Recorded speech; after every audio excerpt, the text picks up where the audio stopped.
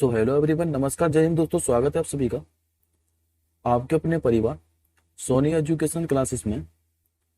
और आज है साथियों आपकी 3 मई। और आज हम सभी 3 मई से बनने वाले सभी मोस्ट इंपोर्टेंट करेंट अफेयर्स को देखने वाले हैं। तो चलिए साथियों, बिना किसी देरी के क्लास को शुरू करते हैं। लेकिन उससे पहले एक बार हम लोग मात्र 2 मिनट के अंदर 2 मई के करेंट अफेयर्स को क्विकली रिवीजन कर लेते हैं। उसके बाद हम लोग आज के क्वेश्चनों को डिस्कस करेंगे। और एक बात और साथियों, इस क्लास के जो पीडीएफ है ये आप सभी रिवीजन करने के लिए हमारे टेलीग्राम ग्रुप से डाउनलोड कर लीजिएगा। टेलीग्राम ग्रुप का जो लिंक है इस वीडियो के डिस्क्रिप्शन बॉक्स में है। तो लास्ट क्लास के अंदर साथियों हम लोगों ने पढ़ा था कि अभी 1 मई 2024 को भारतीय नौसेना के उप प्रमुख के रूप में किसने पदभार ग्रहण किया है। नाम इनका साथियों कृष्णा स्वामीनाथन। और इसी के साथ साथियों 1 मई को ही भारतीय नौसेना के जो प्रमुख हैं दिनेश कुमार त्रिपाठी, इन्होंने भी पदभार ग्रहण किया है। अभी air officer commander in chief का जो पदभार है ये किसने ग्रहण किया था, तो नागेश कपूर ने। टॉर्पीडो स्मार्ट पनडुब्बी रोधी मिसाइल प्रणाली का जो सफल परीक्षण है ये किसने किया था, तो डिफेंस रिसर्च डेवलपमेंट ऑर्गेनाइजेशन ने।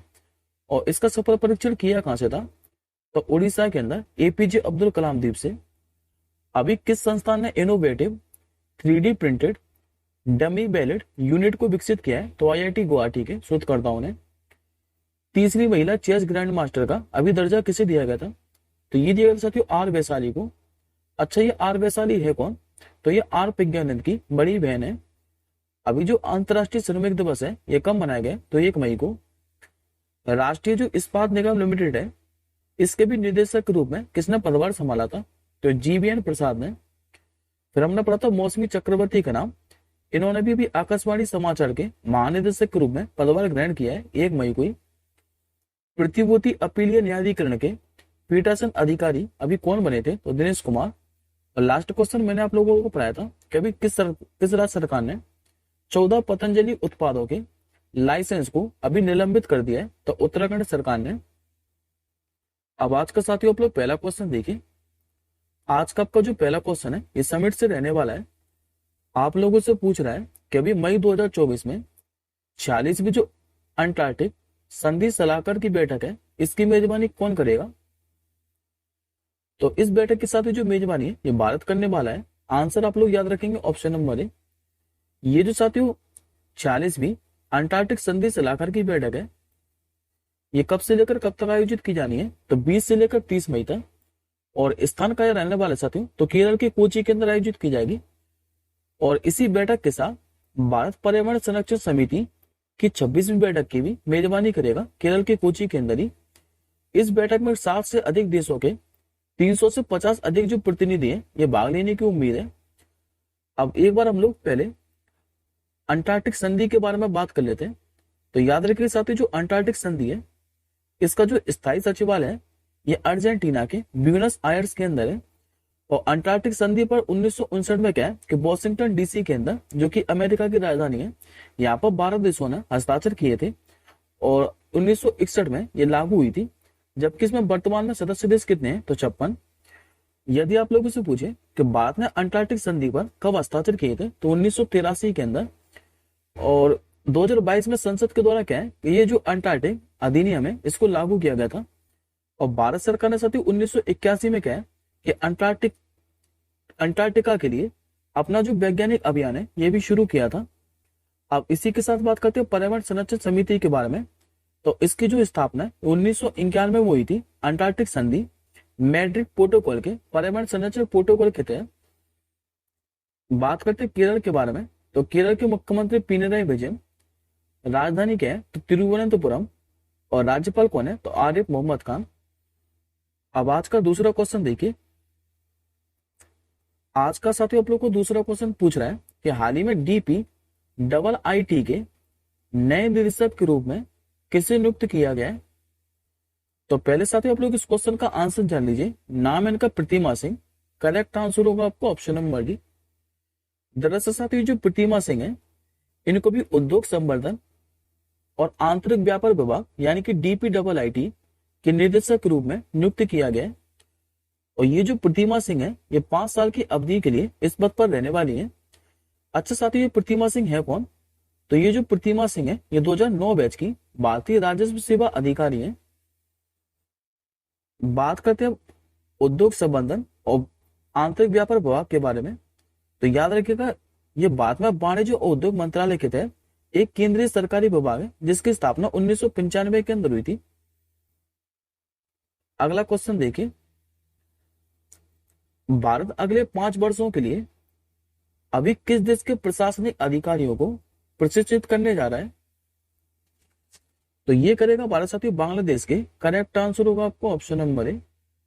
दरअसल साथियों बांग्लादेशी प्रशासनिक अधिकारी को प्रशिक्षित करने के लिए क्या है कि भारत ने 2014 के अंदर बांग्लादेश और भारत के बीच में एक समझौते ज्ञापन पर हस्ताक्षर हुए थे। और भारत सरकार क्या है कि 2025 से लेकर 2030 तक बांग्लादेशी अधिकारियों को, जो कि 1500 अधिकारी है, इनको प्रशिक्षित करेगा। बात करते हैं हम लोग बांग्लादेश के बारे में। तो राजधानी पूछे तो आप लोग बताइएगा ढाका। मुद्रा क्या चलती है यहाँ पर? तो टका। राष्ट्रपति यहाँ के मोहम्मद शाहबुद्दीन चुप्पू, जबकि प्रधानमंत्री आप लोग सभी जानते हैं जो कि शेख हसीना है। और यदि आप लोगों से पूछे कि यहाँ की संसद का नाम क्या है तो जातीय संसद। अगला क्वेश्चन देखिए, अभी भारत और इंडोनेशिया के बीच में 7वीं जो संयुक्त रक्षा सहयोग समिति की बैठक है ये कहां पर हुई है? ये बैठक होने जा रही है साथियों नई दिल्ली के अंदर। करेक्ट आंसर होगा आपको ऑप्शन नंबर बी। ये जो साथियों 7वीं संयुक्त रक्षा सहयोग समिति की बैठक है ये 3 मई को होगी नई दिल्ली के अंदर। और इस बैठक की जो अध्यक्षता है ये भारत के जो रक्षा सचिव है गिरधर अरमानी और इंडोनेशिया के जो एयर मार्शल है जिनका नाम है डोनी एम अरबान टॉफेंटो ये करेंगे। और दोनों पक्ष जो है ये साझा हित के क्षेत्रीय और वैश्विक मुद्दों पर विचारों का आदान प्रदान करेंगे। बात करते हैं हम लोग इंडोनेशिया के बारे में। तो इंडोनेशिया की राजधानी आपकी जकार्ता। लेकिन साथियों अगर आपको एग्जाम में जकार्ता देखने को ना मिले तो आप लोग नूसंतारा पर टिक कर दीजिएगा, क्योंकि अभी जो इंडोनेशिया की नई राजधानी है ये नूसंतारा हो गई है, जो कि किस आइलैंड पर है? तो बोर्नियो आइलैंड पर। मुद्रा चलती है यहाँ पर इंडोनेशिया रुपया, जबकि राष्ट्रपति कौन है? तो प्रबोवो सुबियांतो, जो कि भी रिसेंटली बने हैं। अगला क्वेश्चन देखिए, अभी एशियाई कैरम चैंपियनशिप में पुरुष और महिला युगल का जो खिताब है ये किसने जीता है? तो ये जीता साथियों अपने प्यारे भारत ने। आंसर होगा आपको ऑप्शन नंबर ए। तरह से साथियों ये जो एशियाई कैरम चैंपियनशिप है, यदि आप लोगों से पूछे कि ये जो टूर्नामेंट है ये आयोजित कहां पर किया गया था, तो मालदीव की राजधानी माले के अंदर। और इस बार ये कौन से नंबर की थी? तो इस बार 6ठी एशियाई कैरम चैंपियनशिप थी, जिसमें भारतीय खिलाड़ियों ने पुरुष और महिला दोनों युगल का जो खिताब है इस पर कब्जा किया है। पहले हम लोग पुरुष युगल फाइनल की बात कर लेते हैं। तो पुरुष युगल का जो खिताब है ये भारतीय जोड़ी श्रीनिवास और मोहम्मद गुफरान ने जीता है। जबकि महिला युगल का इसी में खिताब किसने जीता है? तो भारत की आकांक्षा कदम और साइनी सेबेस्टियन ने। अब एडिशनल इंफॉर्मेशन में याद रखिएगा, ये वेरी वेरी इंपॉर्टेंट क्वेश्चन है। ये मैंने आपको अप्रैल महीने के अंदर पढ़ाया था 17 अप्रैल को, कि अभी जो रश्मि कुमारी है इन्होंने 51वीं राष्ट्रीय कैरम चैंपियनशिप में महिला एकल का खिताब जीता था। और इन्होंने साथ ही 12वीं बार ये खिताब जीता है। यदि आप लोगों से पूछे कि टूर्नामेंट आयोजित कहां पर किया गया था, तो मध्य प्रदेश के ग्वालियर के अंदर। अगला क्वेश्चन देखिए, विश्व जो टूना दिवस है ये प्रति वर्ष कब मनाया जाता है? तो हर साल साथियों जो वर्ल्ड ट्यूना डे है ये आपका मनाया जाता है 2 मई को।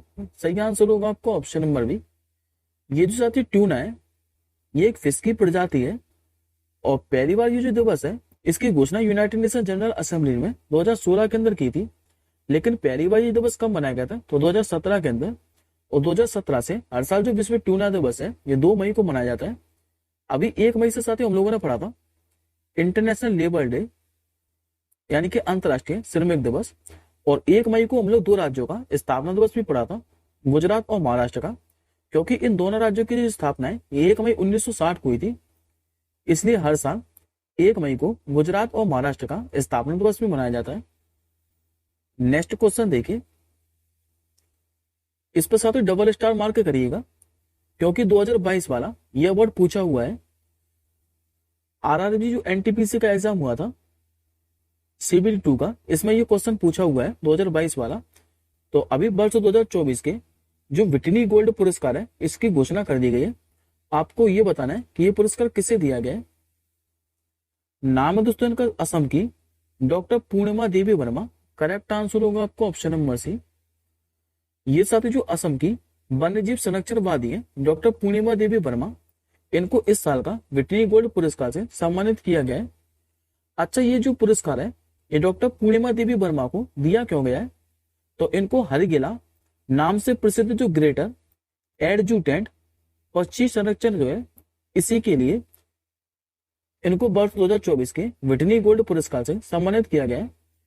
और ये जो साथी 2022 वाला है, ये मैंने आपको बताया कि आरआरबी एनटीपीसी का एग्जाम में पूछा गया है कि जो हिम तेंदुआ संरक्षणवादी थी चारुदत्ता मिश्रा, इनको वर्ष 2022 के विटनी गोल्ड अवार्ड से सम्मानित किया गया था। अब बात करते हैं हम लोग विटनी गोल्ड पुरस्कार के बारे में। तो इसी पुरस्कार को ग्रीन ऑस्कर के रूप से भी जाना जाता है। स्थापना कब हुई थी इसकी? तो 1949 के अंदर। और इसमें साथी कितनी इनामी राशि दी जाती है? तो 40,000 पाउंड की। अब एडिशनल इन्फॉर्मेशन में देखें तो अभी साथी जो वर्ष 2030 का जो सरस्वती सम्मान है ये किसको दिया गया था? तो डॉक्टर प्रभा वर्मा को। और इस बार कौन से नंबर का था ये? तो 33वें नंबर का। अभी 58वां जो ज्ञानपीठ पुरस्कार है ये दो व्यक्तियों को दिया गया था, एक तो राम भद्राचार्य और दूसरे कवि गुलजार को।